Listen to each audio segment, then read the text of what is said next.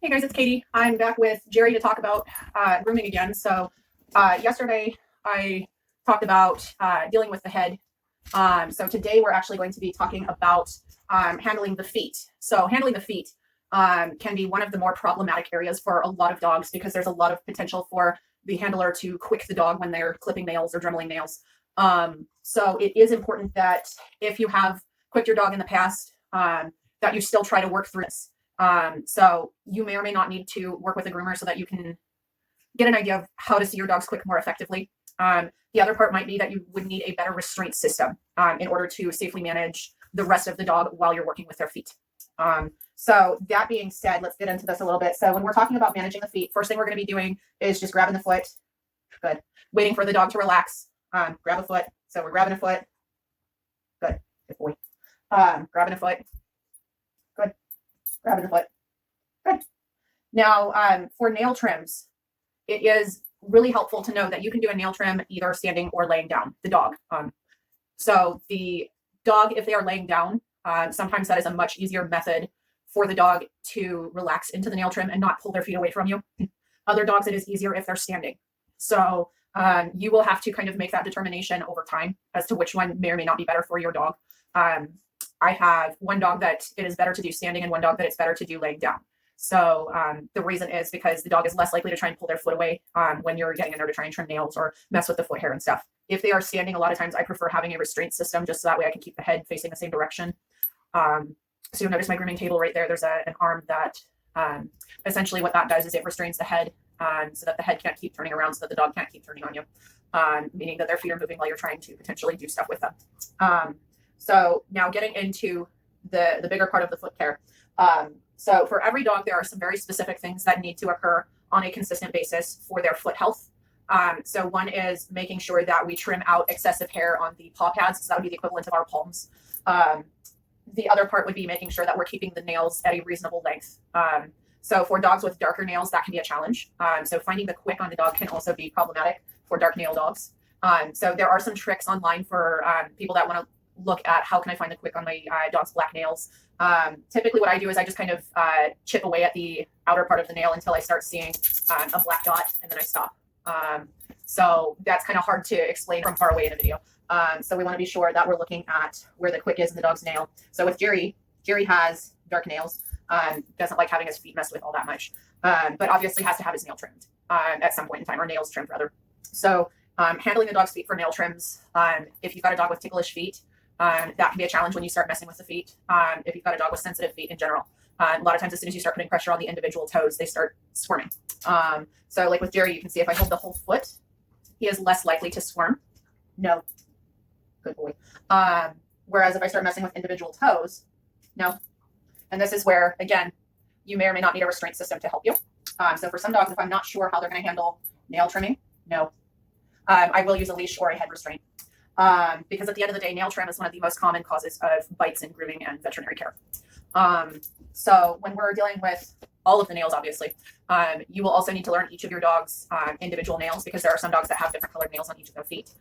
So Lyra's a great example. She's got some that are white, but they're mostly black. And she's got a couple that are not quite white, not quite black.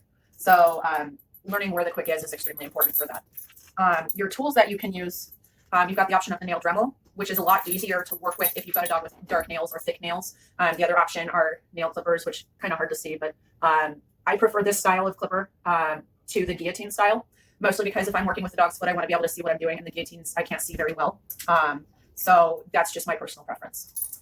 Now, when I am teaching foot care, if the dog is not on a grooming table, my preference is that they are laying down, primarily because I don't have a solid restraint system if the dog is not holding still. I don't want the dog avoiding getting their nails clipped, but I also don't want it to become dangerous for them to get their nails clipped. So with Jerry, down, good. I would prefer he was down while I'm messing with his feet if he's on a cot, good boy. And so all I'm doing right now is just messing with the individual digits on his toes and pressing his nails out, good boy. So this is something that you need to start practicing with your puppies at a young age, separating the toes, moving the hair around the nails so that you can get a good view of the nail. You need to do this with older dogs on occasion if they're not great about their nails being clipped, so that they understand like you messing with their nails isn't going to harm them in any way, that you are not allowed to bite me, because that, again, is the biggest danger when it comes to foot care. It only takes a couple of bad nail trims for dogs to start protecting their feet. For some dogs, it only takes once if their temperament isn't super stable. So the other part, when I am trying to expose the nail, so I'll show you on my hand what I'm doing. I'm essentially pushing the paw pad and then pushing the nail out from the top. So that way I can get a clear view of the nail. Now, if the dog is standing, you may have to get the foot used to going backwards. If they are laying down, you may not need to. So it kind of depends on how comfortable you are figuring out where the dog's foot is. Because the foot is longest on the bottom of the nail and the shortest on the top. Only because it's kind of a conical shape. So sit down. The other part of if you're doing a down for nail trims is that you will eventually need the dog to lay on their other side if you have a hard time getting that last foot. So you want them comfortable with being able to switch to a different side for laying down. So let me show you on Jerry's foot if you can see that a little bit better maybe. So I'm just pushing the pad and then pushing the top of the nail out. And so this is where you might need to trim the foot hair because if you can't see the nail underneath the hair, it can sometimes be a little bit of a challenge to safely clip the nail. That may also be a time where you need to bend the toe backward and use your finger to push the hair off the front of the nail. So that's going to be the start of the foot care. Now, there are a few other things when it comes to basic foot care that are really important to practice for dogs who have foot hair that continues to grow. There are some breeds where the foot hair doesn't really grow that much. So like a Labrador, Jack Russell Terrier, Huskies. So like the foot hair doesn't grow super long and get like what a lot of people will jokingly call Grinch feet, meaning that the hair protrudes really far out of the whole toe digit. And so it makes it a lot harder to see the actual toe. Jerry is an example of a breed that gets pretty long foot hair. And so keeping that trimmed back is going to be really beneficial to the dog for a couple of reasons. One being that if I need to be able to get into the dog's foot for any reason to look for like ticks or goat heads or foxtails or anything like that, I need to be easily able to move the hair. We always want to make sure that if we are doing any type of foot care, that we are keeping the hair surrounding the toe pads trimmed up. So right here, I'm just trimming up the edges of Jerry's toe pad hair, or rather the hair surrounding the nails. I don't like faces near scissors. So if there is a face near the scissors are not doing anything. That's one surefire way for the dog to learn. You can sniff it, but I'm not going to do anything with it if your face is nearby. I don't ever want to cut tongue. So I always try to very conscientiously pay attention to the dog's head. So I'm just doing a really quick trim around the toe hair so that it's easier for me to see his nails. No. The other thing that is important with foot care, if your dog is getting mouthy, you do need to correct pretty immediately. So that way they don't assume the mouth is an appropriate way to get rid of hands. Down. Good boy. So again, right here, he's thinking he wants to struggle. No. So he's already figuring out if he is just kind of laying here with his head on my hand, so that prevents me from doing things. No. Down. Good. So we always want to be sure that we're proactively teaching the dog what's acceptable, what's not acceptable. No. So right here, I may have to kind of help push him onto his side a little bit and wait for him to settle down. No. And notice how the idea is I'm not going to let go until he relaxes. So similar to when we were working on chin rests and collar grabs. Good. Because if the dog is squirming, it makes it a lot harder to see what you're doing. No. No. Good. So right here, I'm going to do a quick collar restraint, wait for him to settle because he's being a little playful. Good.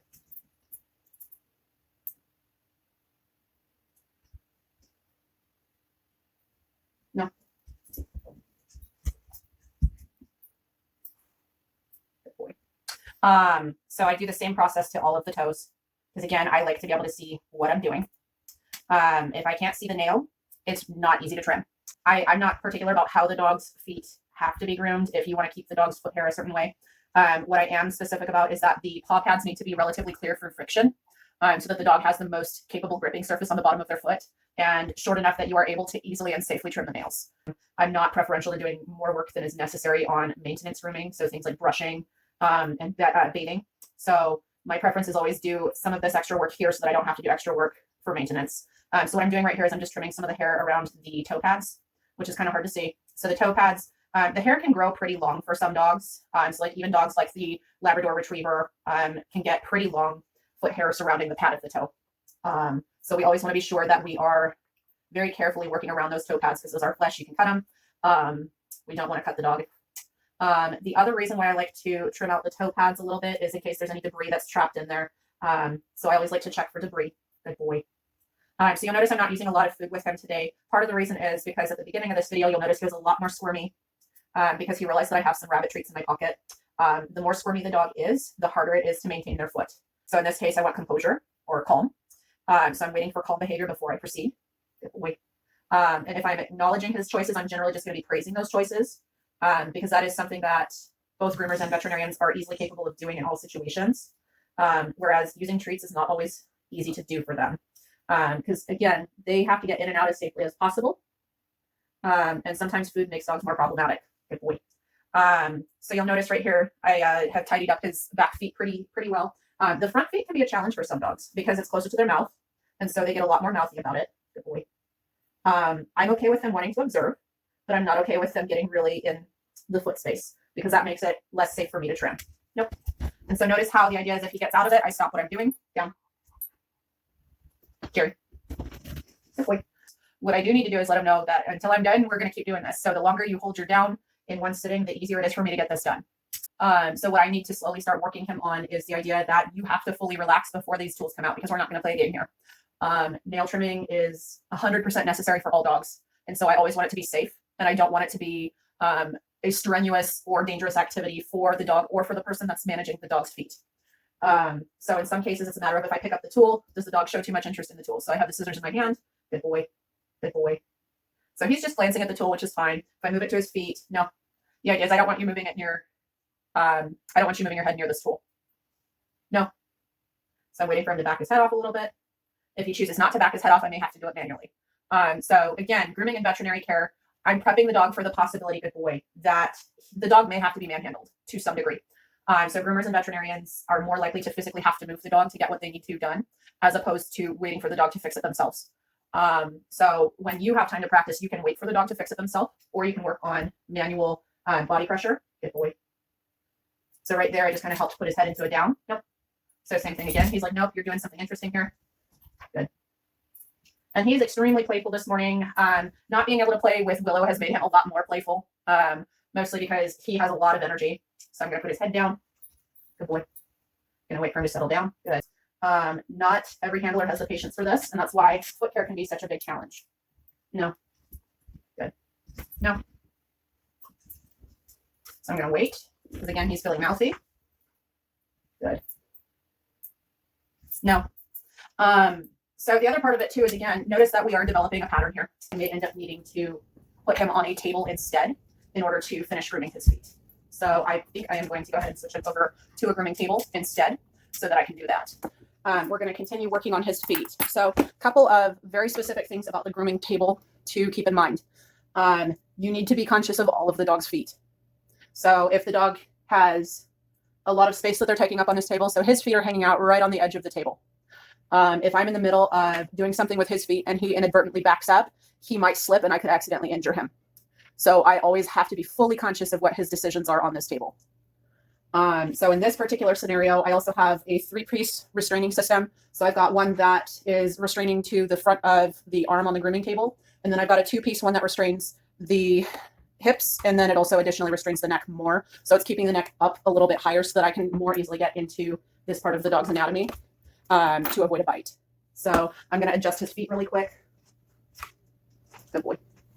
Now, when I'm grooming, again, I am always conscious of what the specific dog needs. So in his case, he's not comfortably holding still. So if I have to get the grooming done, I'm going to potentially need to use a standing grooming table in order to easily get all this done. And then invest the time in working on the grooming protocols outside of the table itself. So for him, working on being in a sideways down without the constraints of me trying to mess with his feet. And you'll notice for this particular table, he's not super thrilled about the fact that he can no longer mouth me, but he's holding still a little bit better. And so now he's going to try sitting. This restraint prevents him from fully sitting. So the back feet can be really hard to do nail trims on. If the dog is sitting, it is not possible. So that's why I invested in that restraint system so that I could easily deal with dogs that refuse to stay standing when you start moving on their back feet. So what I was talking about earlier about messing with the toe hair is moving that individual toe hair up so that I can look for debris, etc., or I can trim this hair back a little bit. Good boy. And so in this situation, because of the fact that I've got a little bit more control, I can reward. Because this is slightly more stressful because I've taken a lot of his options away. So if I am messing with the dog's feet, this is something I want them to get used to, is me sliding that toe hair. So if you ever watch a professional groomer tidying up feet, they are going to get the toe hair so that it's easier to cut. So the difference between the 2 feet right now is pretty defined. And so that way it's, again, easier for me to trim the dog's nails. Anything that makes it easier for me ultimately can make it safer for both me and the dog. So the other thing, when I am doing foot care, I have to be conscious of all of the feet, but I also have to be conscious of the dog's head because they can turn and whip and try to bite. They can attempt to come down on your hand while you're focusing on what you're doing.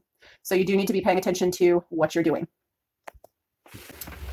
Okay, so now we're going to be moving on to the back feet to finish up the foot hair, just in case you need to see what to work on with the dog as well. So again, notice the feet.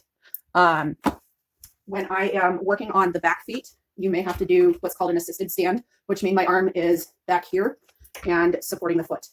So the reason for that is so that if I need to move this foot around, I have the most control possible of what this foot is doing. Most dogs don't love to be restrained while they're first learning how to deal with grooming. And so if you don't get them comfortable with this, you're going to see a lot more flailing. And this is, again, where it becomes a bigger problem to some groomers, good boy, is the fact that you have to invest the time on them being comfortable with restraint. And same with veterinarians. So one thing with a veterinarian that you're going to want to get them comfortable with is you may have to be able to restrain either way. You may need to be able to restrain like this. So one hand underneath, and right up here, you might need to support. So this is a common thing that you might need to do for vaccinations, etc. Any of that kind of stuff. So we want the dog comfortable with that. Now coming to the back foot, the one for my offhand, I'm generally going to have to be working partially blind. So I just need the foot to be angled out slightly so that I can work from underneath for the inside of the foot. And then I can move to the outside of the foot, glancing out from the back. It's important to always be able to see what you're working on. Good boy.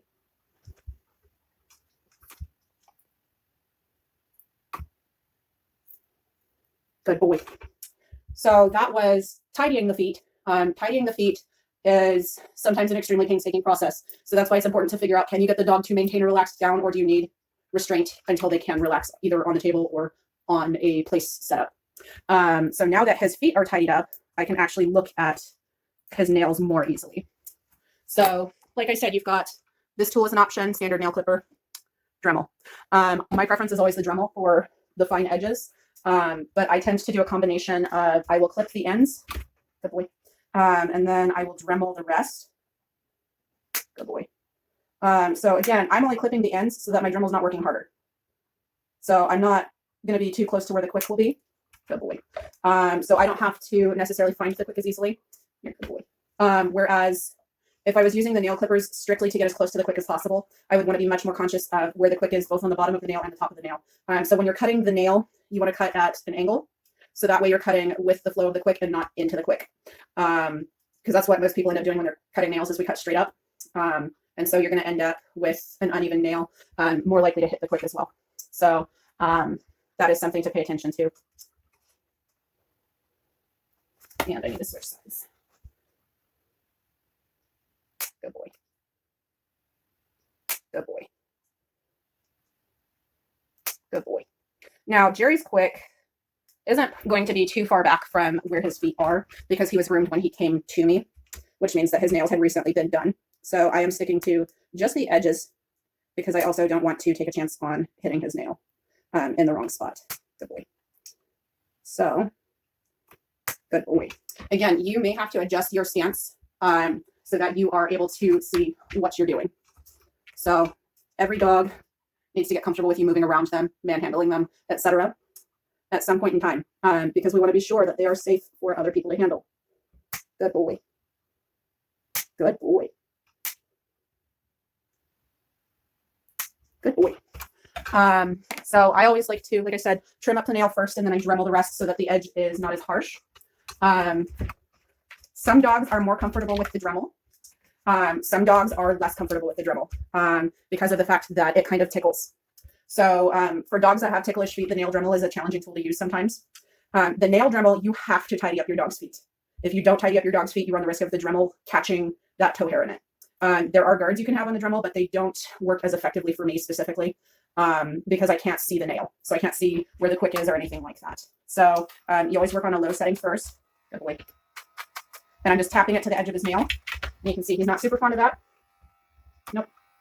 Nope. Good boy. Good. And I might just do a couple nails at a time if it's a tool that is causing them a little bit of concern. And then I might switch to a different foot. So I will always keep track of which nails I touched with the Dremel. But the idea is I might move to a foot that's easier first. So for Dremeling, the back feet are usually easier because the face can't get in the way. So in his case, because he's a little less comfortable with the Dremel, I'm going to start with the back feet. And so I'm just tapping it to it. And he's like, whoa, what are you doing? Like I said, if the dog has ticklish toes, this is a weird tool to them because it vibrates against their toes. You don't hold a Dremel on the dog's toes for a long time because it gets hot. So you'll notice I'm just kind of tapping the nail. And then I'm feeling the edges just to make sure I'm getting all the edges filed down. Good boy. And if you're finding it hard to hold the Dremel against the nail, you might need to change the direction you're holding your Dremel because it's all moving in one direction, which means that it will potentially bounce the toenail around. Good boy. What a good boy. What an excellent boy. So again, foot care is one of the most neglected areas because it's kind of scary for the human if they accidentally make a mistake. So another thing that is always good to have on hand if you make a mistake is either styptic powder or cornstarch. So if I accidentally quick the dog, I want to be sure that I can stem the flow of any blood. And then the idea is I don't keep trimming that nail. If it's already at the quick, you don't keep going. So we'll try this foot instead. Good boy. And you'll notice I'm going to hold it down a little lower so it's harder for his head to get to. Good boy. If he starts moving his head towards it. Nope. Nope. Good. No. And some dogs you might have to work on the sound of this being in this vicinity. So I might pretend tapping the nail. No. Good boy. Good. So you may have to practice with the Dremel actually off and just tapping those front toes a few times with it so that the dog learns to keep your head away from your nails. So again, his head's near his nails. I won't touch it. No. No. Good. No. And notice how I am always accommodating my hand to what the dog is doing. So, good boy. Good. The main thing is I don't want the dog to assume they should be putting their mouth on this. So that is one thing that I do not do is I don't put the tool on the dog's face and start asking them to investigate the tool. I don't want their nose near this tool because this tool is moving potentially at a very fast pace. Good boy. So again, I'm just going to grab the foot, tap it. Good boy. If he doesn't try and move towards the tool, I'll reward. What a good boy. You're a very, very good boy. So that's going to be the premise of doing your basic foot care. If they've got dew claws, you also need to make sure that you're taking care of those dew claws. Dew claws can continue to keep growing around, and then they can kind of start hooking into the skin and look really uncomfortable. So you have to make sure if your dog has dew claws that you are maintaining those because those get really long and they get really uncomfortable for the dog. So Jerry doesn't have any dew claws. So a lot of times when people purchase puppies, the dew claws have been removed. There are some breeds like Great Pyrenees that have dew claws on their back toes, and that is part of the breed standard. Great Pyrenees actually have what's called a double dew claw, so it's kind of like two toes that are just kind of hanging there. So they've got two digits that hang out on the top of where the paw pad would be on the back feet, essentially. So it is important to make sure that you know your dog's feet. With Jerry, he's got some pretty easy feet to maintain because he doesn't have dew claws.